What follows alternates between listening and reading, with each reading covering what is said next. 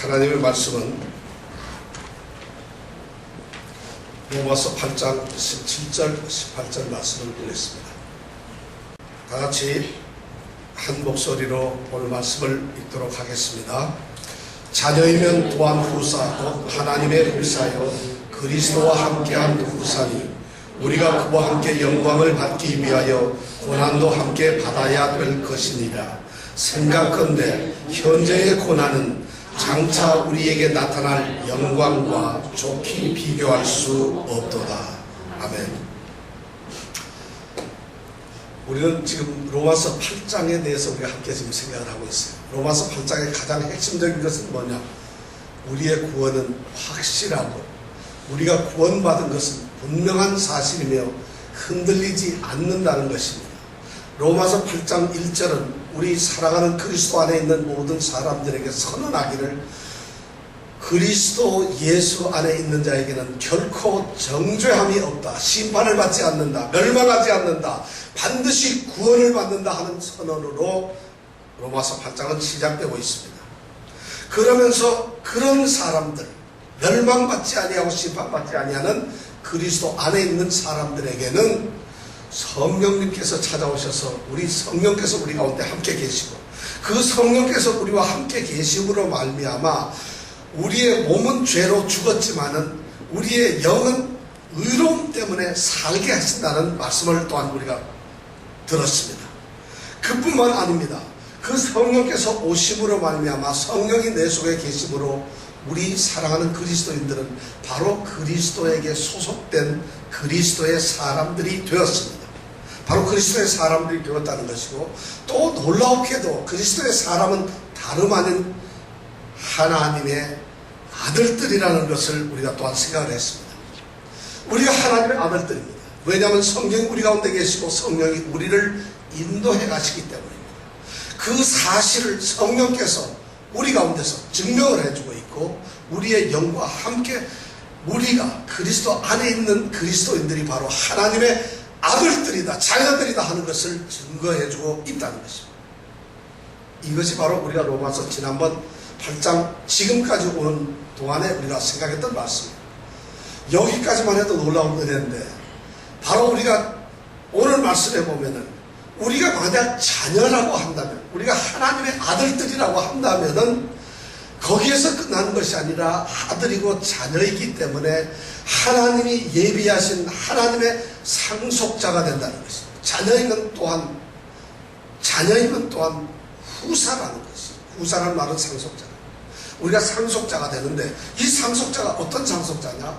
하나님의 상속자라는 것입니다. 하나님께서 우리를 위해서, 그리스도 예수 안에 있는 예수 믿는 사람 성도들을 위해서, 그리스도인을 위해서 예비하신 그것을 소유할 수 있는 우리가 상속자라는 것입니다. 더 놀라운 것은 그것뿐만 아니라 바로 하나님 그분을 우리가 상속할 수 있는 상속자가 되었다는 것입니다. 그런데 이런 우리 상속자는 그냥 하나님과 우리와의 관계에서 끝나는 것이 아니라 그 다음 말씀해 보니까 자녀이면 또한 후사 곧 하나님의 후사요, 그 다음에 뭐죠? 그리스도와 함께한 후사라는 것이죠. 그리스도와 우리 예수님과 우리 예수 그리스도와 동등한 공동의 상속자라는 것이죠. 예수님이 상속을 받으면 나도 상속을 받고, 예수님이 영광을 받으면 나도 영광을 받고, 예수님이 큰 것을 받으면 우리들도 큰 것을 받는 예수님과 동일한 공동의 상속자라는 것입니다. 이것이 바로 우리 그리스도인들에게, 예수를 믿는 성도들에게 주어진 하나님의 축복입니다. 이것이 보장되어 있고 확실하다 하는 것을 오늘 성경 말씀은 우리에게 얘기해 주고 있습니다. 그런데 오늘 말씀은 거기에서 끝나질 않습니다. 우리 그리스도인들이 그리스도와 함께 영광을 받고 영화로운 존재가 되고 영원한 그런 영광의 존재가 된다면은, 그럼 그것으로 끝인가? 그렇게 되는 것이 우리가 이 땅에서 살아가는 모든 것인가? 이런 것인가? 그것이 아니라고 오늘 말씀을 하고 있습니다. 오늘 말씀 17절 이 후반절에 보면은 전혀 다른 이야기를 하고 있습니다. 영광, 그리스도와 함께 영광을 받는 것, 그것이 끝이 아닙니다. 그것만으로 끝나는 것이 아니고 그것으로 끝 아무것도 아니라는 이런 말씀이 아니라는 것이죠. 그것이 전부가 아니라는 것이에요. 놀라웠게도 성경은 모든 것이 바로 이러한 말씀으로 준비가 되어 있는데 오늘 말씀해 보니까 바로 고난이라고 하는 문제를 말씀하고 있다는 것이죠. 그리스도인에게는 고난이 있을까 없을까? 지금까지 바울 사도가 로마에 있는 성도들에게 지금 편지를 쓰고 있는데 그들에게 하는 말씀이 모든 것이 영광이고 성령께서 함께 있고 우리가 자녀고 아들들이고 그리스도와 함께 상속자들이고 영광을 받게 되고 이런 말씀을 하다가 느닷없이 하는 말씀이 우리가 그와 함께 영광을 받기 위하여 고난도 함께 받아야 될 것이니라. 바로 고난이 있다는 것이죠. 고난을 받아야 된다는 것이죠. 오늘 저는 이 말씀 가운데서 바로 제가 선언할 수 있는 것은, 분명히 알 수 있는 것은 그리스도인에게도 고난이 있다는 것입니다. 그리스도인에게도 고난이 있다. 그리스도인은 반드시 고난을 받는다. 그리스도인은 바로 고난을 받는 사람들이다. 그리스도인이 되기 위해서 그리스도인이기 때문에 고난을 반드시 받는다. 이렇게 바울 사도는 오늘 말씀을 통해서 이야기하고 있습니다. 우리가 만약 그리스도와 연합이 되어서 그리스도와 함께 영광을 받는 그런 존재라고 한다면은 당연하게 그리스도와 연합되어서 우리는 고난을 받아야 된다고 합니다. 우리가 그리스도와 함께 연합되어서 고난을 받을 때 비로소 우리는 그리스도인이라고 하는 말을 들을 수가 있게 된다는 거죠. 그런 것을 우리가 기억을 해야 된다는 것이죠. 성경에는 그런 말씀들이 너무 많아요. 우리가 하나님 나라에 들어가려 하면은 많은 환난을 겪어야 한다. 바울 사도는 첫 번째 그의 선교 여행이 끝난 뒤에 비시디아 안디옥에서 사랑하는 장로들과 성도들을 모아놓고 그런 말씀을 했어요. 우리 주님께서도 말씀합니다. 아무든지 나를 따라오려거든 자기를 부인하고 자기 십자가를 지고 나를 쫓으라고 말씀을 하고 있어요. 그리스도인들은 고난을 받을 수밖에 없어요. 만일 어떤 사람이 그리스도인이라고 한다면 그 사람은 분명 고난을 받는 사람이라는 것입니다. 그리스도인에게 있어서 고난은 필연적인 것이죠. 피할 수 있는 것이 아닙니다. 고난을 받아도 되고 안 받아도 되는 것이 아니라 고난은 반드시 있다는 것이에요. 그래서 오늘 읽은 말씀, 자녀이면 또한 후사고 하나님의 후사요 그리스도와 함께한 후사니 우리가 그와 함께 영광을 받기 위하여 고난도 함께 받아야 될 것이니라. 우리 성경은 이렇게 말씀을 하고 있지만 바울 사도가 이 편지를 헬라어로 썼을 때 로마에 있는 성도들에게 쓴 편지의 본문은 이렇게 되어 있습니다. 제가 그대로 읽어드릴게요. 그리고 만일 우리가 자녀들이면 또한 상속자들이라면 참으로 하나님의 상속자들이라면 그리고 참으로 그리스도의 공동 상속자들이라면 우리가 참으로 함께 고난을 받아야 된다. 영광 또한 함께 받기 위해서 이렇게 글을 쓰고 있다는 거죠. 우리 성경은 그렇게 번역을 안 해놓고 좀 밋밋한데 바울 사도는 끊임없이 네가 그리스도인이냐? 네가 자녀냐? 네가 상속자냐? 네가 하나님의 상속자냐? 내가 그리스도와 공동 상속자냐? 그러면 함께 고난을 받아라. 영광을 함께 받기 위하여 이렇게 쓰고 있다는 거죠. 그렇기 때문에 이 말씀 속에서 뭐냐? 그리스도인들은 고난을 무조건 받아야 된다. 저는 오늘날 우리 이 세상에서 잘못된 복음, 싸구려 복음들, 값싼 복음들이 교회 안에 들어오고 그것이 선포되는 것이 너무 안타깝습니다. 어떤 사람을 향해서 당신이 예수를 믿으세요. 복음을 받아들이세요. 그러면 당신이 병도 고쳐지게 될 것이고 사업도 잘 될 것이고 자녀들도 잘 될 것이고 당신은 행복을 누리게 될 것입니다. 당신은 이 세상에서 가장 행복한 사람들, 어떠한 것도 누릴 수 없는 가장 좋은 행복과 영원한 그 번영을 누리게 될 것입니다. 예수를 믿기만 한다면, 예수 안에 들어오기만 한다면, 예수를 믿기만 한다면. 성경에는 놀랍게도 그런 말씀이 없어요. 성경에서는 예수를 믿으면은 여러분들 부자가 됩니다, 이런 소리 혹시 찾아와 보세요. 제가 그분에게 큰 보상을 해드릴게요. 예수를 믿으면 건강하게 된다. 예수를 믿으면 오로지 행복밖에 없다. 오늘 그런 말씀들이 교회 안에 들어왔어요.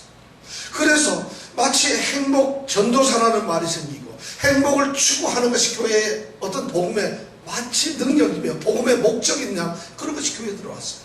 성경은 그렇게 얘기를 하지 않아요. 그리스도의 복음이 만약 너에게 들어가서 너희가 그리스도인이 된다면 이제부터 그리스도인이 되면 고난을 받아라. 고난이 있어야 된다. 고난 속에서 너희들은 살게 될 것이다 하고 이야기를 하고 있다는 것입니다. 이것이 우리가 예수 믿는 그리스도인들에게 떨어진 피할 수 없는 우리의 삶이라는 것입니다. 오늘 바울 사도가 그렇게 말하고 있어요. 바울 사도가 지금 로마에 있는 성도들, 그들은 지금 고난 속에 있는 사람들이에요. 로마에서 신앙의 생활을, 신앙의 삶을 살기 위해서 그들은 처절하게 지금 박해를 받고 있고 어려움 속에 있는 사람들이에요. 그들을 향해서 그들은 그리스도와 함께 영광을 받을 것이라고 선언을 하면서, 그러면서 하는 말이 함께 고난을 받으라고 하는 것이에요. 고난을 받아야 된다고 하는 것이에요. 너희들이 고난 받는 것이 전혀 이상치 않다고 하는 것이에요. 그렇다면은 우리 그리스도인들은 이 고난에 대해서, 그리스도인의 고난에 대해서 어떤 태도를 가져야 될까? 어떻게 해야 될까? 우리 주님께서 말씀하시죠. 세상에서는 너희가 환난을 당하나 담대하라. 내가 세상을 이기었노라. 주님이 하시는 말씀. 그리스도인들은 고난을 어떻게 해야 되는가?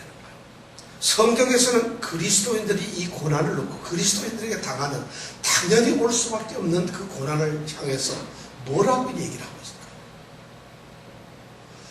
저는 이 성경 말씀에 나온 그 고난에 대해서 이런 좋은 생각을 해보니까 놀라운 것이 발견되었어요. 오늘날 교회를 통해서 또 강단을 통해서 많은 사람들이 그리스도의 고난에 대해서 선언하고 있는 것과는 전혀 다른 것들이 성경을 통해서 그리스도의 고난에 대해서 말씀을 하고 있다는 것이에요. 성경에는 고난에 대해서 이렇게 얘기를 하고 있지는 않습니다. 예를 들어서 조금만 참아라. 금방 고난이 없어질 것이다. 조금만 견뎌봐라. 이 고난이 이제 점점 개선이 될 거고 점점 나아질 거고, 이제 그래서 너희들은 그 희망을 가지고 이 고난을 조금만 참아봐라. 고난이 금방 극복될 것이다. 그렇게 이야기하지 않고 있어요. 어떤 이 고난이 금방 끝날 것이다, 고난이 없어질 것이다, 해결이 될 것이다 하는 그런 어떤 기대나 그런 암시를 성경은 절대 주질 않아요. 그냥 고난이 있다고만 선언을 하고 있어요. 그렇기 때문에 기독교인들이 오늘날 교회를 통해서 우리에게 고난이 전부 다 해결될 것입니다. 기독교는 세상의 유일한 소망이고 기독교만이 고난을 해결할 수 있습니다 하는 이야기를 들을 때 어디서 그런 성경의 말씀이 나왔는가? 전 참 두려워요. 성경에는 그런 말씀이 없다는 거예요. 아무런 고난에 대한 기대나 어떤 소망이나 소위 어떤 고난이 금방 없어질 것이라는 그러한 암시를 우리에게 던져주고 있지 않아요. 성경은, 기독교는 그리스도인들이 받는 고난에 대해서 마치 마약처럼, 어떤 마취제처럼 잠깐 환각 상태에 넣어가지고 이제 잠깐만 견뎌봐라, 너희들이 괜찮아질 것이다, 이렇게 말을 하고 있지 않다는 것이에요. 그것이 그리스도인들이 고난을 보는 눈이라는 것이에요. 성경은 그렇게 보기를 원하고 있다는 거예요. 또 더 놀라운 것은, 너희들이 만약 고난을 당한다면 그 고난을, 이 세상에서 너희에게 주는 고난, 그리스도인에게 주는 그 고난을 이기기 위해서 너희들이 힘을 연합해라. 그리고 너희들이 똘똘 뭉쳐서 그 고난을 주는 그 세력들 향해서 싸워라, 이겨라, 이렇게 말하고 있지 않다는 거죠. 그렇게도 말하고 있잖아요. 또 너희들이 고난을 주고 너희들의 고난을 끼치고 있는 그 세력들을 향해서 너희들이 그리스도의 삶을 잘 살아서 그들을 감동시켜서 다시는 고난을 주지 못하도록 하라, 이런 말씀도 없다는 것이에요. 그런 말씀조차도 성경에는 없어요. 너희들이 적극적으로 마치 너희들이 어떤 압력을 가지고, 어떤 압제를 가지고 너희들을 핍박하고 그러는 그런 세력 이것들을 향해서 너희들이 저항하고 대항하고 싸우고 무찔러야 된다. 너희들이 힘으로 연판장을 돌려서 그들을 향해서 선포하고 싸워야 된다. 이런 말씀을 하고 있지 않다는 것이죠. 로마에서 지금 고난을 받고 있는 사랑하는 성도들을 향해서 바울 사도가 지금 쓰고 있는 말씀은 그런 말씀을 쓰고 있는 것이 아니에요. 그와 함께 고난을 받아야 될 것이니라. 받으라는 것이 고난 속에 들어가 있으라는 것이고 그 고난을 받으라는 것이고, 이것이 어떻게 오늘날 우리는 고난에 대해서, 이 기독교의 고난에 대해서, 그리스도인들이 받는 고난에 대해서 어떻게 교회가 잘못 선언하고 있고 이렇게 되는 것인지 저는 그걸 알 수가 없어요. 마치 기독교는 그러기 때문에 어떤 번영과 행복과 그런 어떤 성취와 그러한 어떤 긍정적인 이런 사고방식, 세상의 철학이 그렇지 기독교는 그것을 이야기하고 있지 않다는 것이에요. 그리스도인의 고난은 그렇게 하는 것이 아니라는 것이에요. 그럼 뭐예요? 싸우지도 않고 어떤 암시도 없고 기대도 없다면 아하, 기독교의 고난은 체념하라는 것이구나. 그냥 기독교인들이 고난이 오고 고난이 힘들어지면 그냥 체념해라. 그 고난을 피해서 도피해서 잊어버려라. 아니면은 그냥 고난이 있겠거니 생각하고 이것이 내게 떨어지는 운명이겠거니 우리는 어쩔 수 없이 이렇게 해야 되는 거라고 나는 운명주의적으로 사로잡혀라. 이렇게 말하지도 않다는 것이죠. 절대 기독교인에게는 고난을 그렇게 체념해서 그냥 바라보면서 될 대로 되라고 그렇게 말을 하고 있지 않다는 것이죠. 그렇다면은 우리 그리스도인들에게 던져지는 고난에 대해서 어떻게 대응을 해야 됩니까? 어떻게 해야 되나요? 성경의 말씀은 지극히 단순합니다. 어렵지 않아요. 하나님 성경에 말하는 것은, 여러분 제가 드리는 말씀을 듣고 놀라지 마세요. 성경은 그리스도인이 고난을 당할 때 놀라지 말라, 두려워 말라, 담대하라, 쓰러지지 말라, 너희들이 넘어지지 말라, 요동치 말라, 이것이 전부 다예요. 이 말씀 속에 들어있는 것은 뭐냐?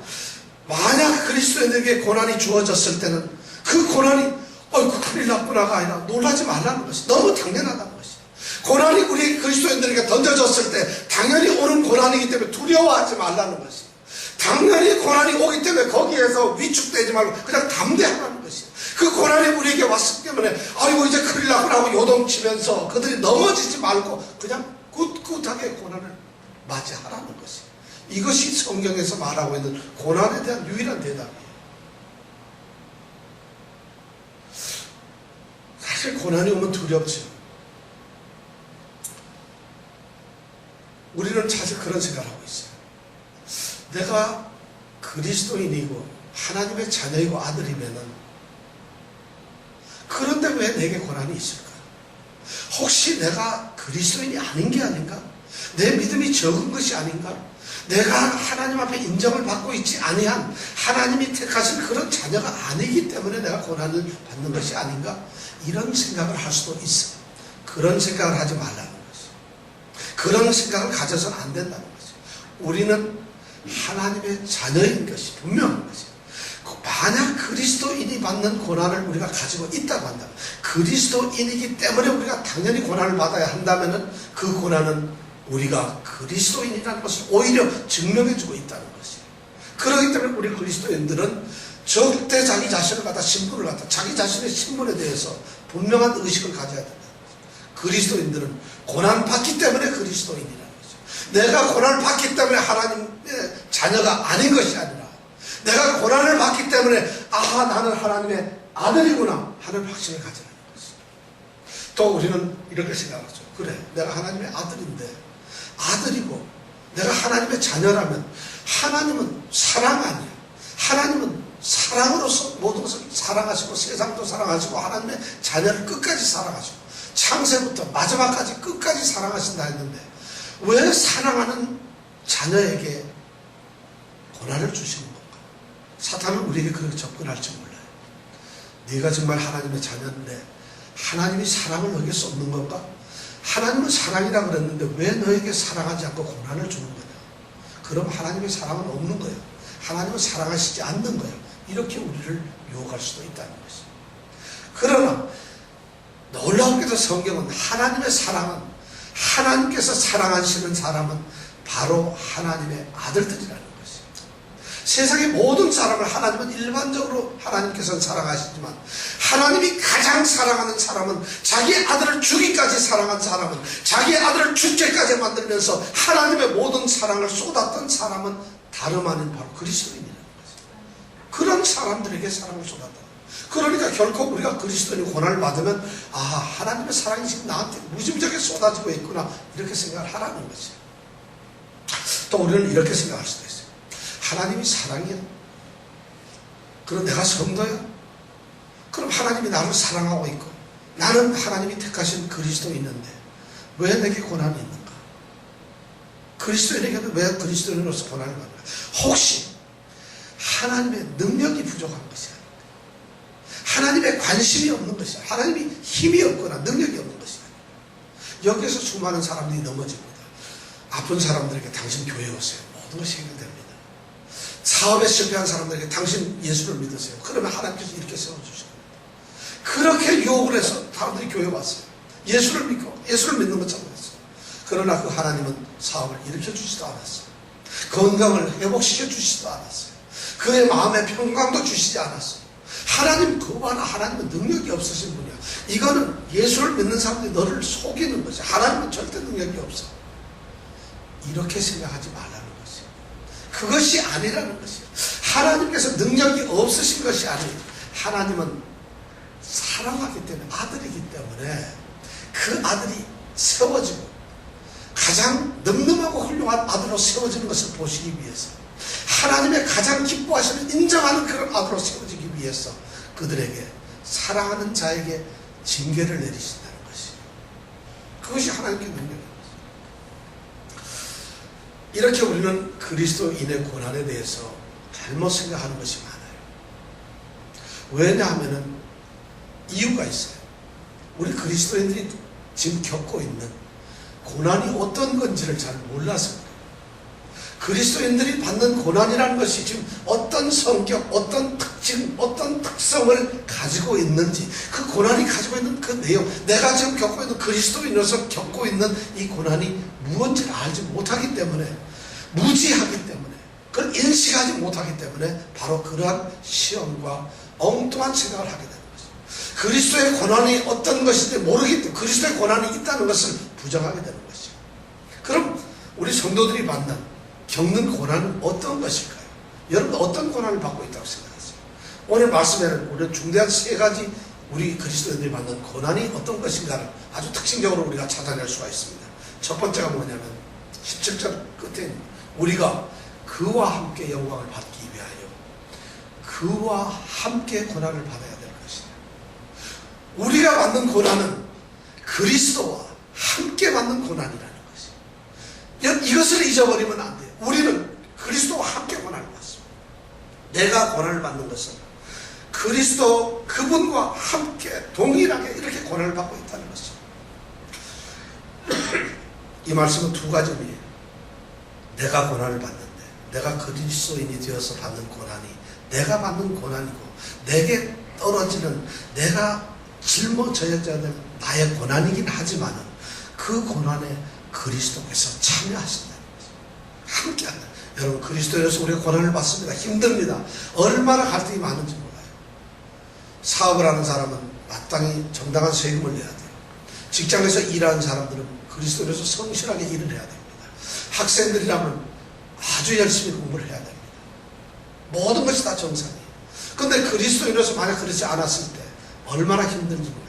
그럴 때 그리스도께서는 바로 우리의 그런 삶의 자리에서 우리가 당하는 그리스도인이기 때문에 겪어야 하는 그런 갈등과 고난 속에 그리스도께서 함께 하신다는 것이에요. 그럴 때 우리에게 지혜도 주시고 능력도 주시고 함께 그 고난을 그리스도께서 견뎌내신다는 거예요.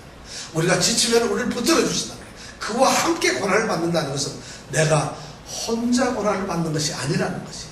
우리는 외롭지 않아요. 그리스도인들, 하나님의 자녀들, 하나님의 아들들은 그냥 홀로 버려져서 처절하게 받는 고난을 받는 것이 아니라 우리의 고난의 자리에 우리 주님께서 바로 거기 서 계신다는 거죠. 그분이 당하신 십자가의 고난들, 그분이 이 세상에서 사람의 몸으로 사시면서 그분이 직접 받았던 수많은 사람들, 수많은 대적자들로부터 받았던 그 고난을 체험하셨던 그분이 우리와 함께 고난의 현장에 계시다는 것이에요. 바로 우리 그리스도인들이 받는 고난은, 그렇기 때문에 우리 고난은 별게 아니라는 것이에요.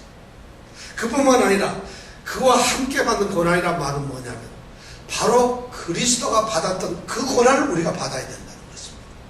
내가 그리스도인이기 때문에 내가 받는 고난도 있지만, 내가 그리스도인이기 때문에 우리 주님이 걸어갔던, 주님이 받으셨던, 주님이 직접 몸소 체험하셨던 그 고난에 우리가 똑같이 동참을 해야 된다는 것이죠. 바울 사도는 빌립보서에서 그렇게 고난합니다. 내가 그리스도와 그 부활의 권능과 그의 고난에 참여함을 알려하여 그의 죽으심을 본받아, 이렇게 얘기를 합니다. 그 고난에 참여하고 싶어요.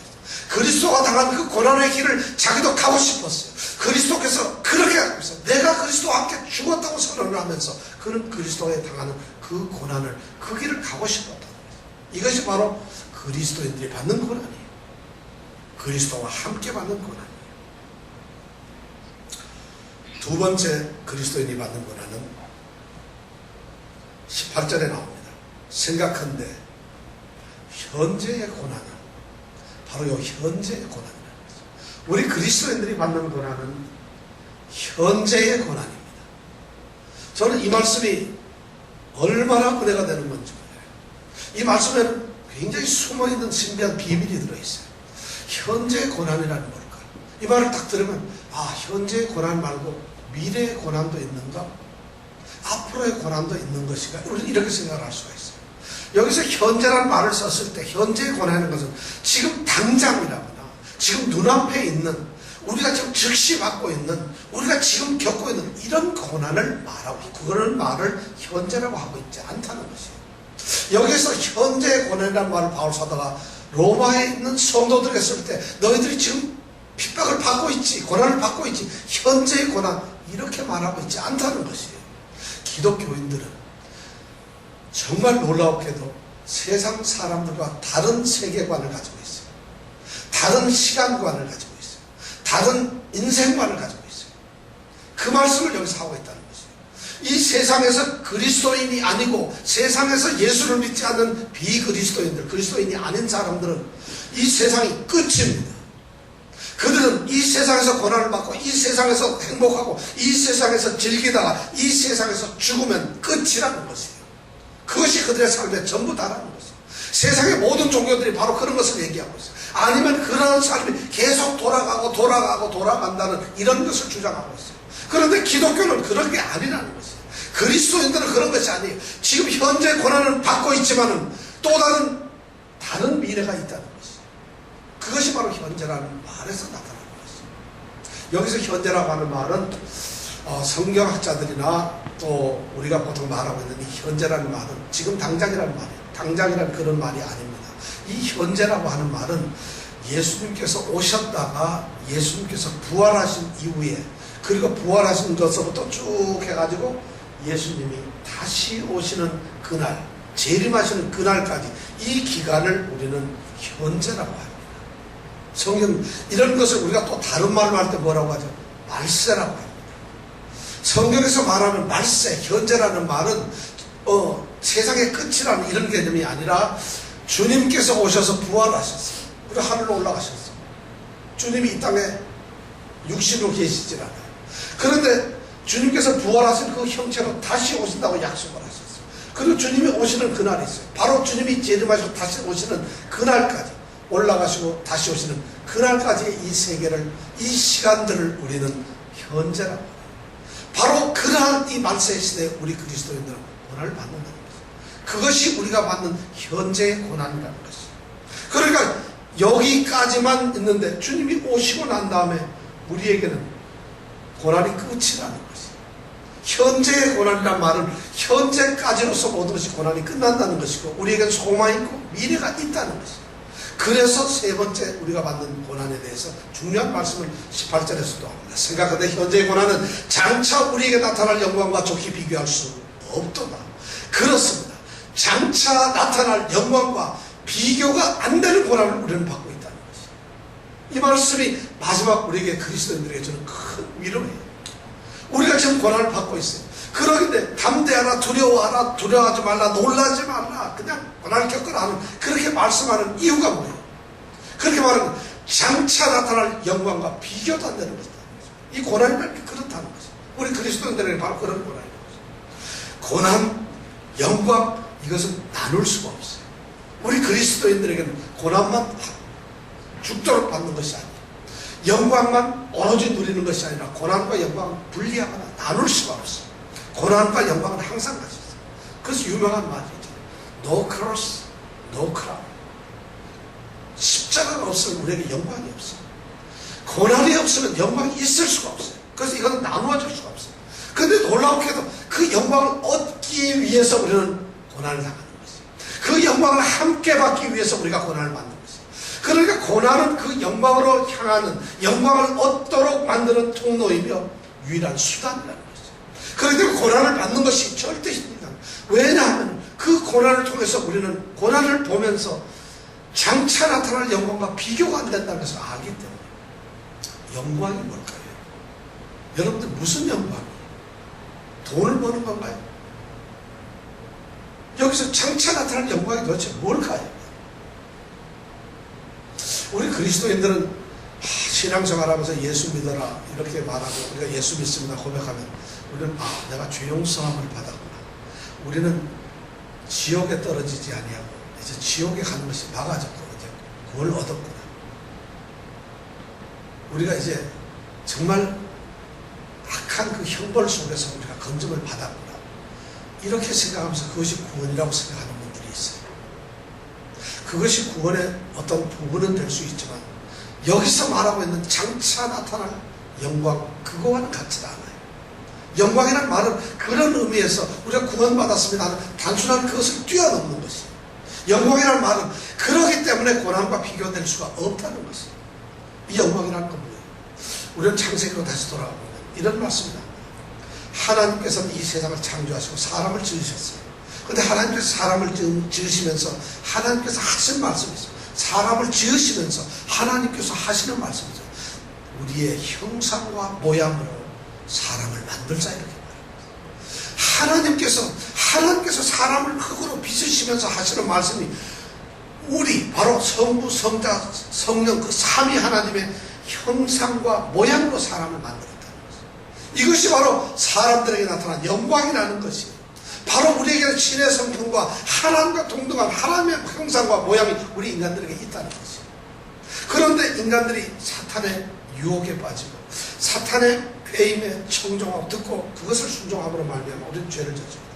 그리고 그 영광에서 우리는 벗어났어요. 하나님께서는 그러한 사람들에게 화영검을 가지고 다시는 영광에 들어올 수 없는 길을 막아놓았다. 인간들은 끊임없이 그 영광에 들어가려고 노력했지만 인간으로서 방법이 없다는 것입니다. 그런데 그리스도인들은 바로 그 영광이 다시 회복이 될 수 있다는 것입니다.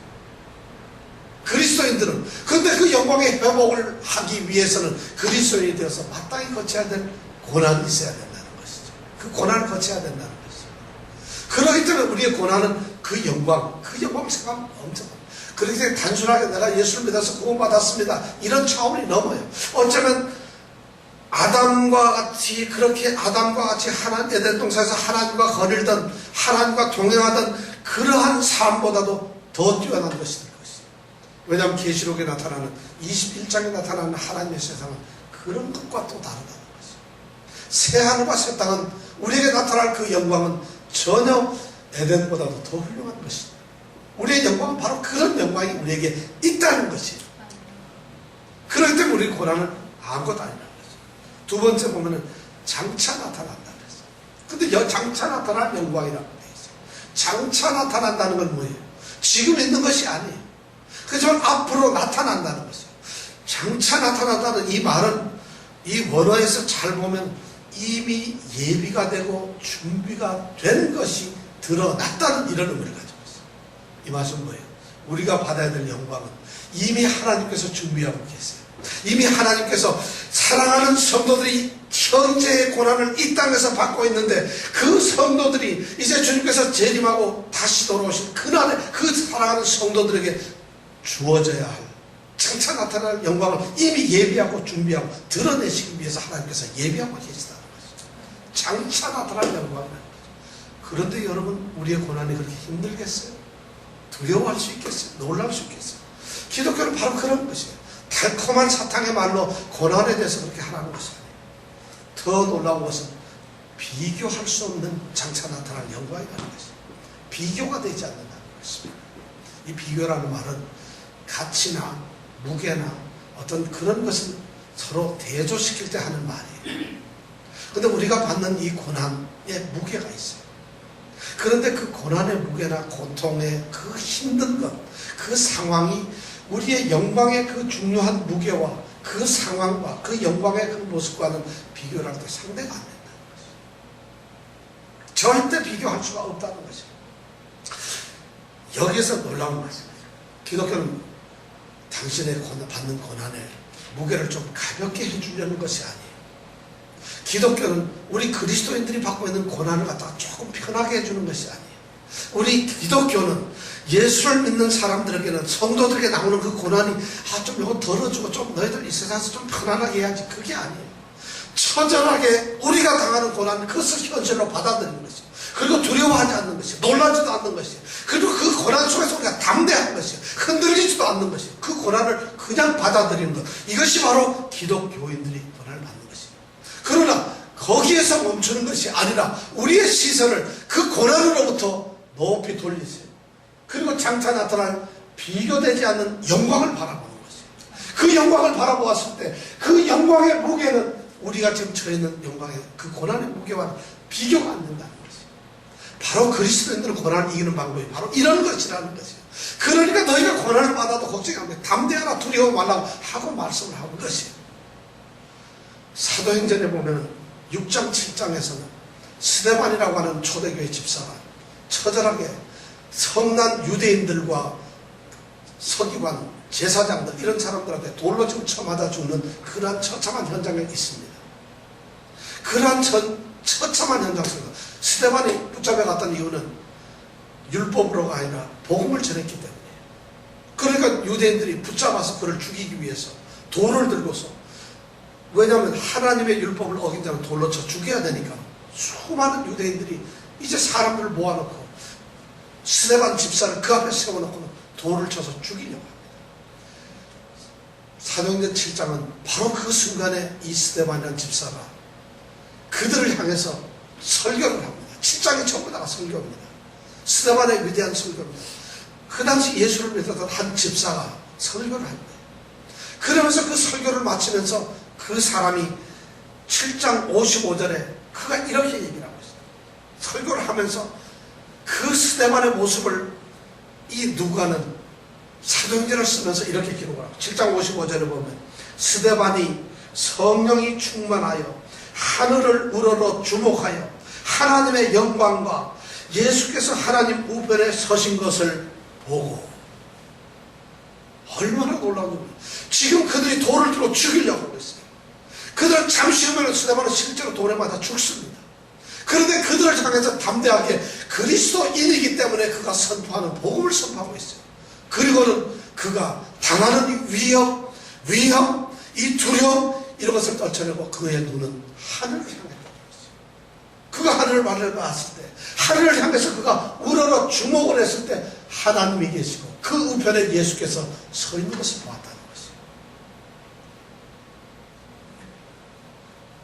그가 외칩니다. 보라, 하늘이 열리고 예수께서 하나님 우편에 서 계시는도다. 그리고 그는 돌에 맞아 죽습니다. 이것이 바로 그리스도인들을 살리는 것이에요. 그리스도인들의 전도나 복음의 능력이란 바로 이런 것입니다. 그가 그렇게 죽었을 때 초대교회는 바로 피의 순교, 피의 값으로 교회는 성장되고 교회가 일어나는 것이에요. 초대교회에서 지금 로마에 있는 성도를 향해서 바울 사도가 쓰는 이 편지는 바로 그것을 던지고 있어요. 그런데 로마에 있는 수많은 성도들은 실제로 이 편지를 받기도 전에 또는 받고 나서도 처참하게 순교에 이슬로 사라진 사람들이 너무 많아요. 그들은 어쩌면 살아있는 몸으로 불에 태워져서 초처럼 횃불처럼 죽어간 사람도 있어요. 타는 장작더미 위에 살아있는 몸으로 던져져서 그대로 태워진 사람도 있어요. 어쩌면 그들은 굶주린 사자 앞에 그냥 던져져서 갈기갈기 찢어져 죽은 사람들이 있어요.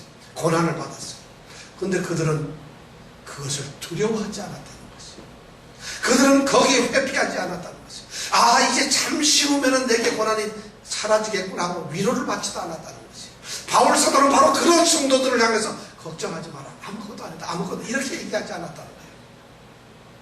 두려워 말라, 담대하라, 고난을 겪어라. 그리고 너희의 눈을 더 중요한 건 장차 나타날 영광을 보라. 바로 사랑하는 성도들은, 초대교회 성도들은 그것을 향해서, 그것을 보면서 그들의 고난을 이길 수가 있었다는 것이에요. 그리스도인들에게 나타난 고난은 바로 이런 것이에요. 그런데 오늘 말씀에 아주 중요한 단어 두 가지를 말씀드리면서 말씀을 결론 낼까 합니다. 오늘 말씀에서 그렇다면 그리스도의 고난을 이런 것이라고 한다면 우리 그리스도인들은 어떻게 해야 되느냐. 18절에는 아주 두 가지 중요한 단어입니다. 첫 번째 단어가 생각컨대. 이 생각컨대라는 것이에요. 그리스도인들이 그리스도의 고난을 받을 때는 생각컨대, 생각을 하라는 것이에요. 이 생각컨대, 이 말은 그냥 단순히 나는 그렇게 생각하고 있어요, 나는 그런 것이 아닌가, 그럴 거라고 생각을 합니다, 그런 생각을 가지고 있어요, 이렇게 말하고 있는 것이 아니라는 것이에요. 우리는 이 번역은 그냥 생각컨대 하니까 혹시 여러분들 그렇게 생각을 한다면 생각이 착각입니다. 여기서 말하는 생각컨대라는 말은 그런 것이 아니에요. 그리스도인들이 지금 바울 사도가 생각컨대 이렇게 말하는 것은 무슨 말이냐면, 바울 사도가 논리적인 사고를 가지고 어떤 합리적인 절차를 잘 밟아서 그러한 일을 차근차근 추론해보고 연구하고 궁리하고, 그래서 어떻게 되는가 봤어요. 보고 난 다음에 결론을 딱 내리겠니, 아하, 이것이로구나, 바로 이런 결론이 내렸구나, 그래서 확실하고 그것을 인정했다, 이런 말이에요. 나는 이런 것이 확실하다, 확실하고 틀림이 없다, 내가 모든 과정을 거쳐봤을 때 이것은 분명한 사실이다, 이렇게 말하고 있을 때 바로 이 생각하고 있다는 것입니다. 사랑하는 성도 여러분, 오늘 말씀에서 바로 여러분들은 이런 생각을 가져야 된다는 것입니다. 그리스도인들은 바로 그러한 확신과 그러한 인정과 그런 지식을 가지고 있어야 된다. 두 번째 중요한 단어는 생각한데 현재의 고난은 장차 나타날 영광과 좋게 비교할 수 없어도, 여기에서 바로 중요한 단어가 우리에게라는 것이죠. 생각한데 현재의 고난은 장차 우리에게 나타날 영광과 좋게 비교할 수 없어도, 바울 사도는 여기서 우리에게라는 말을 넣고 있어요. 바울 사도를 포함한 이 편지를 받고서 지금 로마에서 고난을 받고 고난 속에서 죽어갈지도 모르고 그 고난 속에 고통을 받는 그 성도들을 향해서 우리에게라는 말을 쓰고 있어요. 이 우리에게가 누구겠어요? 바로 그리스도인들이라는 거예요. 세상의 사람들은 이런 고난을 받지 아니합니다. 그들도 동일하게 고난을 받지만은 그들은 이런 고난을 받지 않아요. 그런데 그들이 고난을 받지 않던 세상의 사람들, 그리스도인이 아닌 사람들은 장차 나타날 영광과 좋게 비교할 수 없는 고난을 받고 있는 것이 아니라는 것이에요. 우리에게, 바로 그리스도인들에게 하나님의 사랑하심을 받고 하나님의 아들들이고 하나님의 자녀가 된 바로 우리에게만 이 영광이 주어진다는 것이에요. 그런 고난을 이겨야 된다는 것이에요. 생각한데 우리에게, 사랑하는 성도 여러분, 바로 여러분들이 그리스도인들입니다. 여러분들 그리스도인이기 때문에 고난을 받지 않으면 오늘 말씀을 보니까 가짜예요. 고난 때문에 우리는 그리스도인이라는 것을 인정할 수가 있고, 성령께서 친히 우리가 하나님의 자녀인 것을 증거했어요. 똑같이 우리가 그리스도인이기 때문에 고난을 받음으로 말미암아 우리가 고난을 통해서 그리스도인이라는 것을 증거하고 있다고 말하고 있는 것이죠. 이 고난을 두려워하지 말고, 이 고난은 절대 우리 혼자 받는 것이 아니라 그리스도, 그분과 함께 받는 고난이고, 이 현재 이 세상에서 끝나는 고난이에요. 그리고 우리에게는 장차 나타나는 비교되지 않는 영광이 있다는 것입니다. 그렇기 때문에 우리는 고난 속에서 두려워하지 않습니다. 이 은혜가 우리 사랑하는 성도들에게 넘치기를 축원합니다. 기도합니다. 우리가 얼마나 고난에 대해서 어리석은 말들을 했는지 모릅니다. 주여, 이 고난을 없이 하여 주옵소서. 주여, 고난을 이 고난이 너무 힘듭니다. 오늘 말씀 가운데서 우리는 이제 그리스도인으로서 당해야 되는, 마땅히 겪어야 하는 고난에 대한 새로운 믿음의 시각을 갖게 되었습니다. 그리스도인은 고난을 피하는 사람들, 고난에 굴복하는 사람들도, 고난을 잠깐 겪는 그런 사람들이 아니라 그냥 우리에게 떨어지는 그 고난을 그냥 그리스도와 함께 받는 고난으로, 현재에게만 한정된 그런 고난으로, 장차 받을 그 영광과는 게임이 안 되는 그런 고난으로 받아야 되고 생각해야 된다는 것입니다. 그럴 때 그 고난은 아무것도 아닙니다. 주님, 우리의 눈을 그 영광으로 돌려주시옵소서.